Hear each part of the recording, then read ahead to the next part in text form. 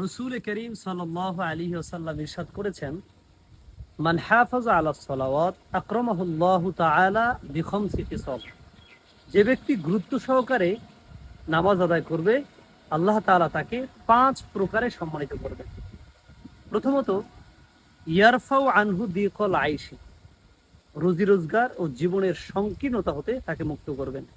ও আযাব আল কবরি, তার কবরে আযাব উঠিয়ে নেবেন। ওয়ায়ুতিহিল্লাহু কিতাবাহু বিয়ামিনিহি, আল্লাহ তাআলা তার আমলনামা ডান হাতে দিবেন। ওয়ায়ামুরু আলা সিরাতি কাল বারকি, এবং পুলসিরাত দ্রুত গতিতে পার করিয়ে নেবেন।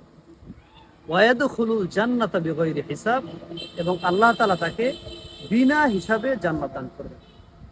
যদি কারো এই 5টি জিনিস হাসিল হয়ে যায়, তাহলে সে আলমে দুনিয়া, আলমে বারজাখ এবং আলমে আখেরাতে সফলকাম।